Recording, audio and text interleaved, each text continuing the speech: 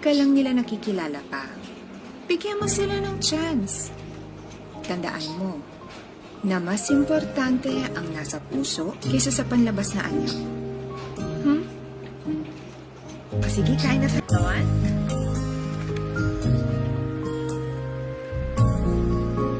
Uy, ang galing mo ah!